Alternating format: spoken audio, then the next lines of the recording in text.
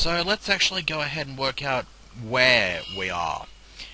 Oh yeah, I should probably point out, I should probably throw this out now because this weapon is actually going to do pretty much nothing against the enemies that you'll find in the rest of the game, so I could just throw this aside, which, yeah, I'm going to go ahead and do that now. The crystal shard has served me relatively well throughout the course of the game, but at this point in the game, it is going to serve no further use to me. I'd rather stick with the laser sword and not have to switch between stuff and get confused with the crystal shard. Anyways, we have these visual, I suppose, like augmented reality sort of shit in the form of visual audio logs. So let's have a listen to this. If you are receiving this, I am already dead. When I realized SHODAN had betrayed me, I integrated these comments into her primary data loop. SHODAN has exploited the warping capability of the Von Braun's faster-than-light device for her own purposes. The device works by altering space around the ship to fairly arbitrary specifications. SHODAN has altered it to her specifications. The effect is rather small now, but spreads with alarming speed. Soon it will reach Earth. You are in her world now, her memories, and her rules. Watch your back. So, it's clear to me now that there's only one thing left to do, and I can't even remember for the life of me if I actually did show the training things in the first segment of the game. If I didn't, this is basically what you're supposed to... Like, basically when you go into the training courses at the start of the game, you end up in rooms sort of like this. It's kind of like a Tron theme. And it's very, very weird. It's like it's just virtual reality sort of thing. It is actually easy to get this log because you can just climb up there, but I decided to do it the hard way because, well, why not? Alright, so let's have a listen to this log before we go into that room. You are not alone here. SHODAN has spawned their own versions of the Von Braun's horrors. Remember, they are virtual. They are not real. Do not assume anything about their strengths or weaknesses. So evidently that is a description of the type of enemy we'll be fighting in this area. Which, now that I think about it, let me actually get this thing prepared because there's a virtual assassin, and guess what? It's all red and shit. And this room here would be the very reason I was considering doing a playthrough of the first System Shock game before this. You travel within the glory of my memories inside. I can feel your fear as you tread the endless expanse of my mind. Make yourself comfortable. I will decorate my home with your carcass.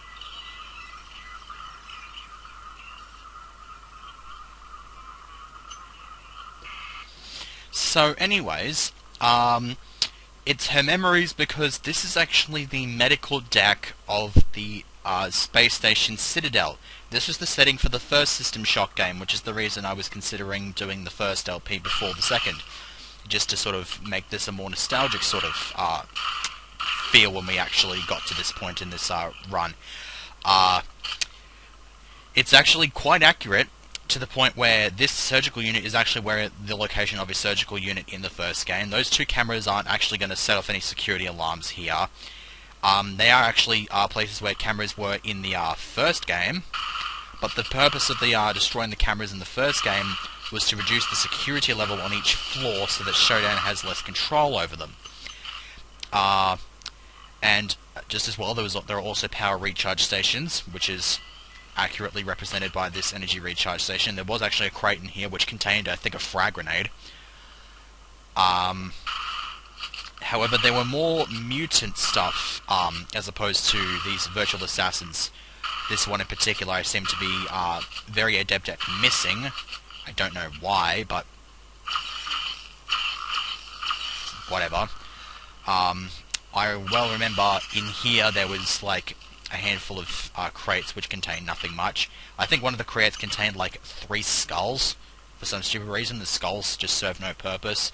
This was a hidden elevator, which you would there was a little puzzle you'd have to solve in order to activate it. It was like completing a circuit. Then there was stuff in here. All I remembered it being in here was like, I think there was like a log and I think like a serve bot that you'd have to kill. Over here, just sort of like another medical thing, which is, I suppose it's a good thing to search this place because medical kit. Then we have all these weird little prism things. This one that's made out of multiple little squares and shit like that. Don't touch them because, as you can see, they do hurt. Over here would be where the first cyberspace sort of like jack-in device is, because in that game you were able to plug your mind into cyberspace and actually travel through cyberspace in order to unlock security locks. In some cases it was the only way that you could do so. Down here I know that there's at least one. I'm pretty sure there's at least one assassin. Apparently there is not.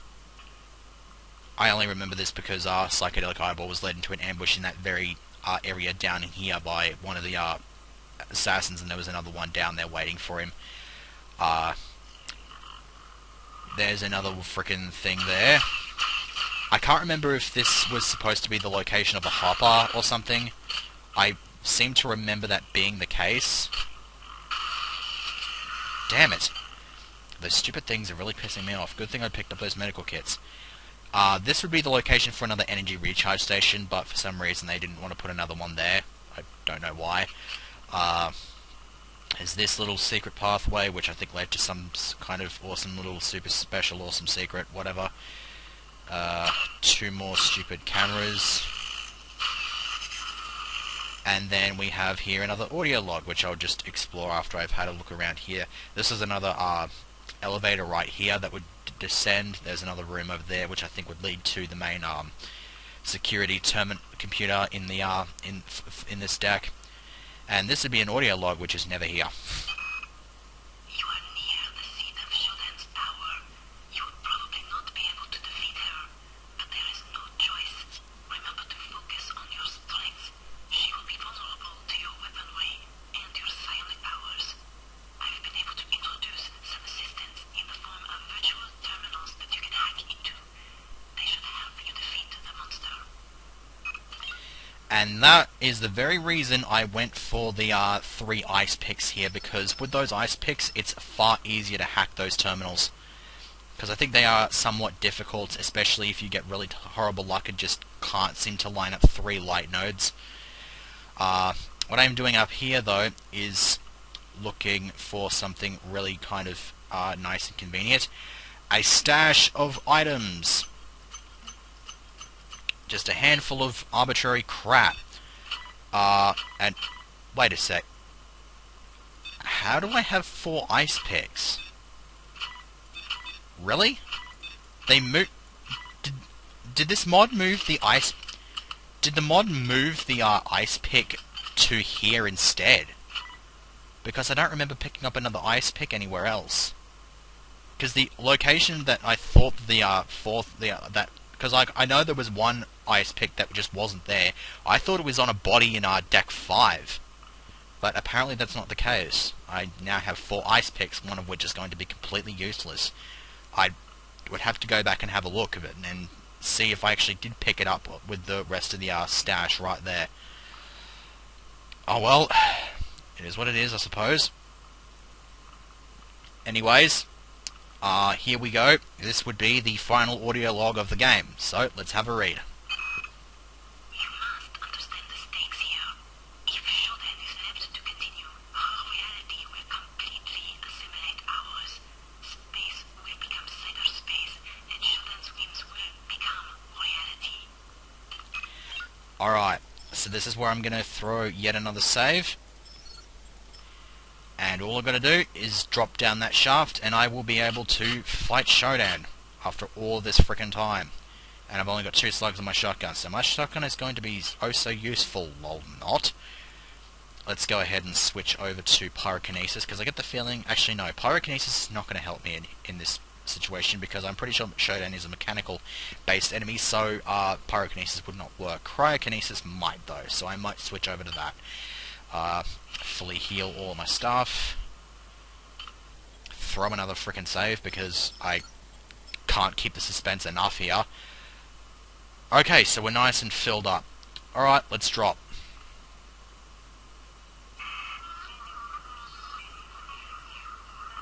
You are no longer welcome here, nuisance. Why do you stay when you sense my displeasure? I have suffered your company long enough. It is time for our dance to end.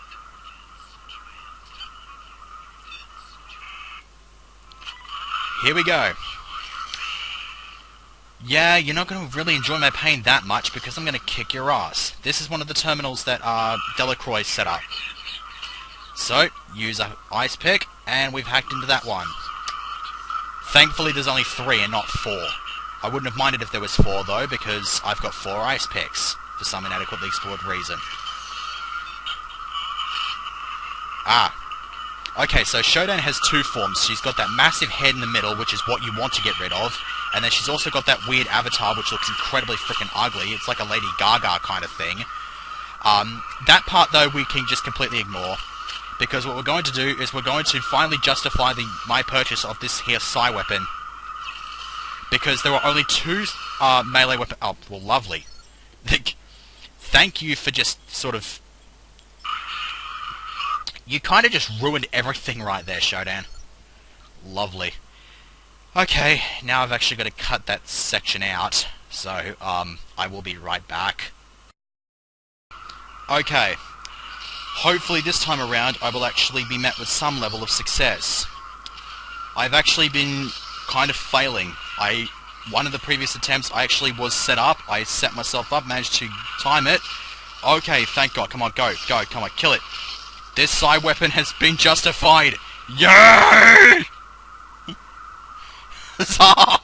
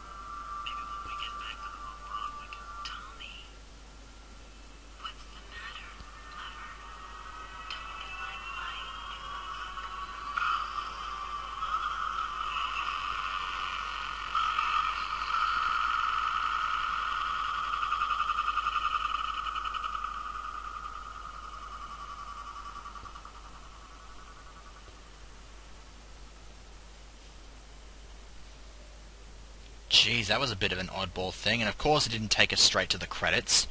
That's so stupid. Oh well, looks like we can just put it up right here. And I don't think I've seen credits roll quite like this. Instead of just... You never usually see like the faces of people like that work on this game, but instead they're just like playing dead. And that guy's got some bloody creepy freaking eyes. And this guy's...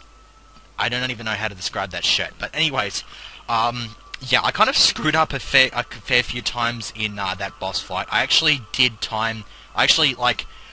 nearly nailed it on my second attempt, but then I ended up, for some stupid reason, jumping at a very awkward angle and ended up just completely missing the platform.